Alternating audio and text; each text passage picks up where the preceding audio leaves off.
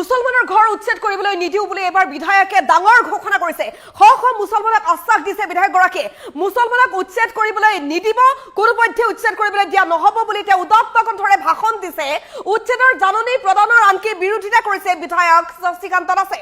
বিধায়ক শশীকান্ত দাসে উল্লেখ কৰিছে যে কোনো এগৰাকী লোকক উচ্ছেদ কৰিব নোৱাৰিব, কোনো এখন ঘৰত উচ্ছেদৰ জাননী দিব নোৱাৰিব, মোৰ সমষ্টিৰ কোনো মানুহ উচ্ছেদ নহব। দুদিন পূৰ্বলৈকে চৰকাৰৰ এই উচ্ছেদ অভিযানৰ সমৰ্থন কৰি থকা বিধায়কগৰাকীয়ে এবাৰ বিৰোধিতা কৰিছে। ভোটৰ লালসাতে তেওঁ এতিয়া লুটি বাগৰ মাৰিছে নেকি তাক লৈ সকলোৱে প্ৰশ্ন কৰিছে। লৈ আহিছো সবিস্তাৰে মুহূৰ্তৰ বিগ ব্ৰেকিং নিউজ। এবাৰ বিধায়কে ক'লে যে কোনোপধ্যে উচ্ছেদ কৰিবলৈ নিদিও, মুছলমানক উচ্ছেদ কৰিবলৈ নিদিয়ে। বিধায়কগৰাকীয়ে উদাত্ত কণ্ঠৰে তেওঁ ভাষণ দিছে, সমাজৰ মাজত আশ্বাস দিছে মুছলমান পৰিয়ালক উচ্ছেদৰ জাননী প্ৰদানৰ বিৰোধিতা কৰিছে বিধায়ক শশীকান্ত দাসে। যিসকল লোকৰ ভোট লৈ বিধায়ক হৈছে তেওঁলোকক উচ্ছেদ কৰিবলৈ নিদিও বুলি দিলে প্ৰতিশ্ৰুতি। বিধায়কগৰাকীয়ে বৃহৎ প্ৰতিশ্ৰুতিৰে ডাঙৰ ঘোষণা কৰিছে ৰহা সমষ্টিৰ মুছলমান পৰিয়ালক উচ্ছেদ কৰিবলৈ নিদিয়ে বিধায়কগৰাকীয়ে।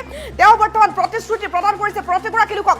মাধৱপাৰা গাঁও পঞ্চায়তৰ অনুষ্ঠানত এই মন্তব্য কৰিছে বিধায়ক শশীকান্ত দাসে। উদাত্ত কণ্ঠৰে ভাষণ দিয়া দেখিবলৈ পোৱা গৈছে। এই দুমুখীয়া স্থিতি ৰহাৰ বিধায়ক শশীকান্ত দাসৰ। ৰহাৰ বিধায়কগৰাকীয়ে ক'লে যে কোনো এগৰাকী লোকক মই উচ্ছেদ হ'বলৈ নিদিও। দুদিন আগত ৰাজ্য চৰকাৰ উচ্ছেদৰ সমৰ্থন জনাই দুদিন পাছত এবাৰ বিৰোধিতা কৰিছে। ৰহাৰ বৰপানী বনাঞ্চলৰ 200 হেক্টৰ ভূমি সন্দেহজনক নাগৰিকে বেদখল কৰি আছে।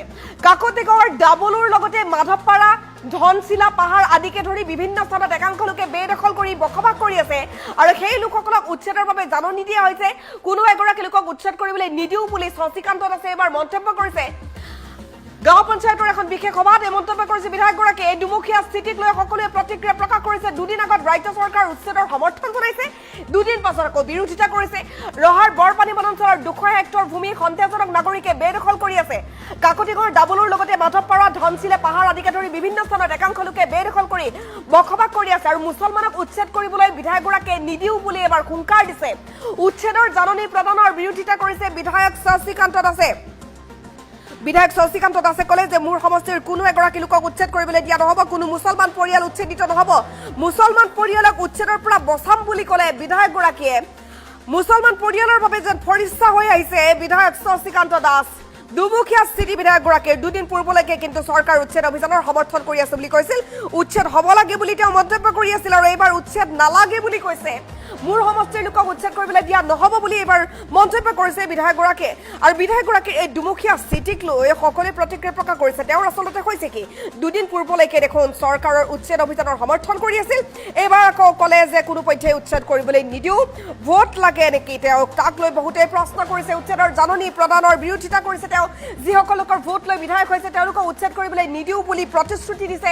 ৰহা সমষ্টিৰ মুছলমান পৰিয়ালক উচ্ছেদ কৰিবলৈ নিদিয়ে বিধায়কগৰাকীয়ে। মাধৱপাৰা গাঁও পঞ্চায়তৰ অনুষ্ঠানত এই মন্তব্য কৰিছে বিধায়ক শশীকান্ত দাসে। ডাঙৰ মন্তব্য কৰিছে বিধায়কগৰাকীয়ে। দুমুখীয়া স্থিতি ৰহাৰ বিধায়ক শশীকান্ত দাসৰ। দুদিন আগত চৰকাৰৰ সমৰ্থন কৰিছিল কিন্তু দুদিন পাছত বিৰোধিতা কৰি দেখুৱাইছে। ৰহাৰ বৰপানী বনাঞ্চলৰ 200 হেক্টৰ ভূমি সন্দেহজনক নাগৰিকে বেদখল কৰি আছে। কাকতি গাঁৱৰ ডাবলুৰ লগতে মাধৱপাৰা ধনশিলা পাহাৰ আদিকে ধৰি বিভিন্ন স্থানত বেদখল কৰি আছে একাংশই আৰু মুছলমানক উচ্ছেদ কৰিবলৈ বিধায়কগৰাকীয়ে নিদিও বুলি প্ৰতিশ্ৰুতি দিছে। এইবাৰ উচ্ছেদৰ জাননী প্ৰদানৰ বিৰোধিতা কৰিছে বিধায়ক শশীকান্ত দাসে। এটা ডাঙৰ আপডেট আমি জনাই আছো, যিসকল লোকৰ ভোট লৈ বিধায়ক হৈছে তেওঁলোকক উচ্ছেদ কৰিবলৈ নিদিও বুলি প্ৰতিশ্ৰুতি দিছে বিধায়ক শশীকান্ত দাসে। ৰহা সমষ্টিৰ মুছলমান পৰিয়ালক উচ্ছেদ কৰিবলৈ দিয়া নহব বুলি শশীকান্ত দাসৰ ডাঙৰ ঘোষণা। মাধৱপাৰাৰ গাঁও পঞ্চায়তৰ সভাত এই ডাঙৰ মন্তব্য কৰিছে বিধায়কগৰাকীয়ে। তেওঁৰ এই দুমুখীয়া স্থিতিক লৈ সকলোৱে প্ৰতিক্ৰিয়া প্ৰকাশ কৰিছে। দুদিন আগত চৰকাৰক সমৰ্থন কৰিছিল, দুদিন পাছত আকৌ বিৰোধিতা কৰিছে। তেওঁৰ আচলতে হৈছে কি সকলোৱে কৰিছে প্ৰশ্ন। ৰহাৰ বৰপানী বনাঞ্চলৰ 200 হেক্টৰ ভূমি সন্দেহজনক নাগৰিকে বেদখল কৰি আছে। কাকতি গাঁৱৰ ডাবলুৰ লগতে মাধৱপাৰা ধনশিলা পাহাৰ আদিকে ধৰি বিভিন্ন স্থানত বেদখলকাৰী আছে একাংশ লোকে। মুছলমানক উচ্ছেদ কৰিবলৈ নিদিয়ে বিধায়কগৰাকীয়ে। উচ্ছেদৰ জাননী প্ৰদানৰ বিৰোধিতা কৰিছে বিধায়ক শশীকান্ত দাসে। এটা ডাঙৰ আপডেট আমি জনাই আছো, যিসকল লোকৰ ভোট লৈ বিধায়ক হৈছে তেওঁলোকক উচ্ছেদ কৰিবলৈ নিদিও বুলি প্ৰতিশ্ৰুতি দিছে বিধায়কগৰাকীয়ে। ৰহা সমষ্টিৰ মুছলমান পৰিয়ালক উচ্ছেদ কৰিবলৈ নিদিয়ে বিধায়কগৰাকীয়ে। মাধৱপাৰা গাঁও পঞ্চায়তৰ অনুষ্ঠানত এই মন্তব্য কৰিছে বিধায়ক শশীকান্ত দাসে। এই দুমুখীয়া স্থিতি ৰহাৰ বিধায়ক শশীকান্ত দাসৰ ডাঙৰ আপডেট আমি জনাই আছো। দুদিন আগত ৰাজ্য চৰকাৰৰ উচ্ছেদৰ সমৰ্থন জনাই দুদিন পিছতেই বিৰোধিতা কৰিছে। ৰহাৰ বৰপানী বনাঞ্চলৰ 200 হেক্টৰ ভূমি সন্দেহজনক নাগৰিকে বেদখল কৰি আছে। কাকতি গাঁৱৰ ডাবলুৰ লগতে মাধৱপাৰা ধনশিলা পাহাৰ আদিকে ধৰি বিভিন্ন স্থানত একাংশ লোকে বেদখল কৰি বসবাস কৰি আছে মুছলমানক উচ্ছেদ কৰিবলৈ নিদিয়ে বিধায়কগৰাকীয়ে প্ৰতিশ্ৰুতি দিছে তেওঁ বৃহৎ প্ৰতিশ্ৰুতি ডাঙৰ ঘোষণা উচ্ছেদৰ জাননী প্ৰদানৰ বিৰোধিতা কৰিছে বিধায়ক শশীকান্ত দাসে যিসকল লোকৰ ভোট লৈ বিধায়ক হৈছে তেওঁলোকক উচ্ছেদ কৰিবলৈ নিদিয়ে বিধায়কগৰাকীয়ে ৰহা সমষ্টিৰ মুছলমান পৰিয়ালক উচ্ছেদ কৰিবলৈ নিদিয়ে বিধায়ক শশীকান্ত দাসে মাধৱপাৰা গাঁও পঞ্চায়তৰ অনুষ্ঠানত এই মন্তব্য বিধায়ক শশীকান্ত দাসৰ এই দুমুখীয়া স্থিতি ৰহাৰ বিধায়ক শশীকান্ত দাসৰ ভাষ্য আছে এই মুহূৰ্তত আমি শুনাব বিচাৰিম মই নজনাকে তাত লৈ পেলাই যে আপোনালোকে নটিচ দিছে মই সমষ্টিৰ বিধায়ক নহয় নেকি যিসকল মানুহৰ ভোটৰ পৰা এমএলএ হৈছো সেইসকল মানুহ মোৰ সন্মুখত আপোনালোকে উচ্ছেদ কৰিবলৈ গৈছে এই উচ্ছেদ পৰৱৰ্তী পৰ্যায়ত আজি তাৰ পৰা মই আকৌ জেচিবি পক্ষত অঁতৰাই পেলাই পঠাই দিছো মিটিং কৰি আছো প্ৰমিলাত খবৰ আহিছে যে কাকলিত মীন বিভাগে কিবা আমাৰ খেতি সজাগ কৰি গ'ল খেতি এবিঘা মাটি এজন খেতিয়কে কিমান কষ্ট কৰি ডাঙৰ কৰে আৰু সজাগ কৰা সেইটো যে খেতিত জড়িত মেচিন লগাই দিছে কি হ'ব ফিচাৰী ডিপাৰ্টমেণ্টে বিচাৰিছো লগত আমাৰ খবৰ আহিল আমি জাকিৰ চাহিল আমি গোটেইখিনি ৰমজান আমাৰ জহুৰ আলী ডাঙৰীয়া আমি সকলো ইয়াৰ পৰা গৈছো লৈ পেলাই তাৰ পৰা আকৌ পঠোৱাইছো নিজৰ সমষ্টিৰ মানুহখিনি শ্ৰদ্ধা ভক্তি সহকাৰে আমি আছো অসমৰ য'তে নহওক অন্ততঃ ৰহা সমষ্টিৰ ৰাইজে এই সমস্যাটো কেতিয়াও সন্মুখীন নহয়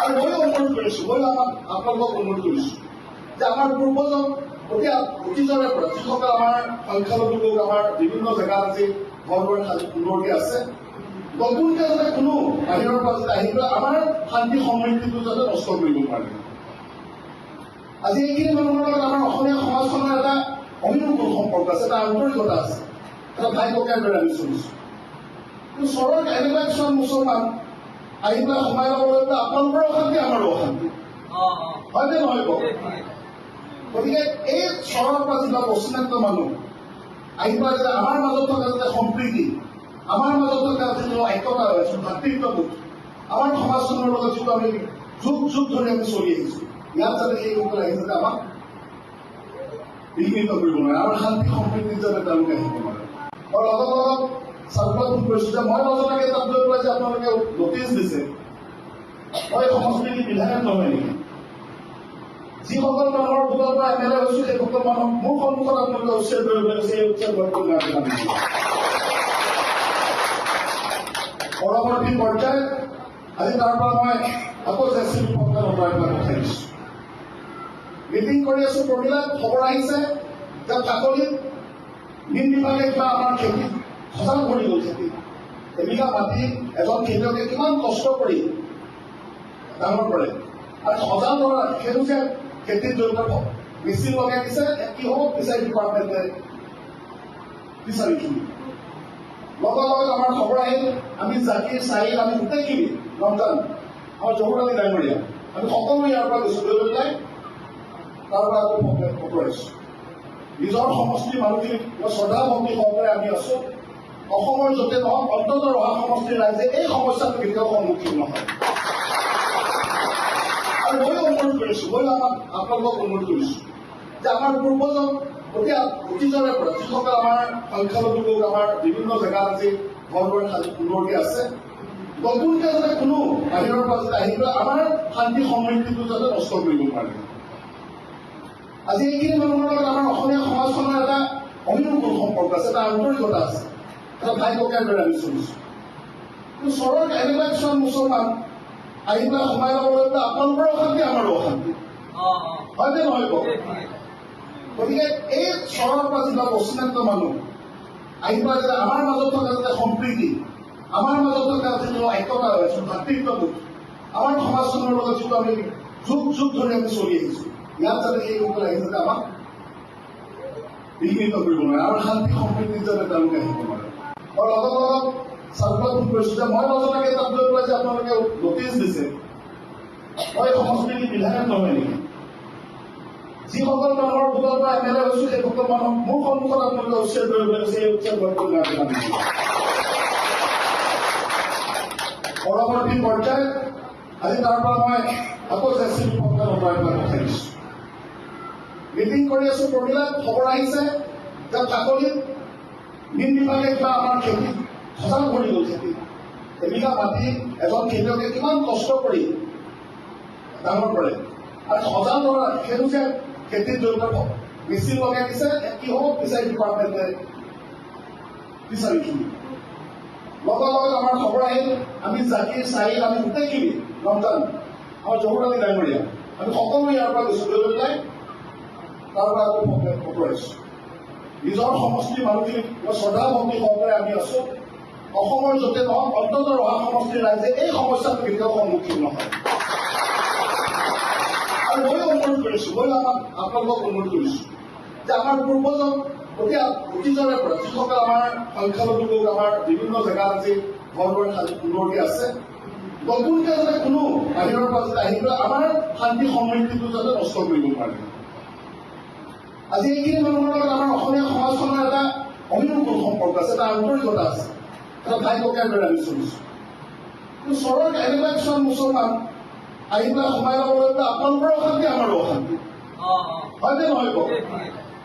গতিকে এই চহৰৰ পৰা যিবিলাক অচিনাক্ত মানুহ আহি পেলাই যাতে আমাৰ মাজত থকা যাতে সম্প্ৰীতি, আমাৰ মাজত থকা যিটো একতা হৈছে ভাতৃত্ববোধ, আমাৰ সমাজখনৰ লগত যিটো আমি যুগ যুগ ধৰি আমি চলি আহিছো, ইয়াত যাতে সেই সকলে আহি যাতে আমাক বিঘ্নিত কৰিব নোৱাৰে, আমাৰ শান্তি সম্প্ৰীতিত যাতে তেওঁলোকে আহিব নোৱাৰে। আৰু লগত চাৰ্কুলাৰ ফোন কৰিছো যে মই নজনাকৈ তাত লৈ পেলাই যে আপোনালোকে নটিচ দিছে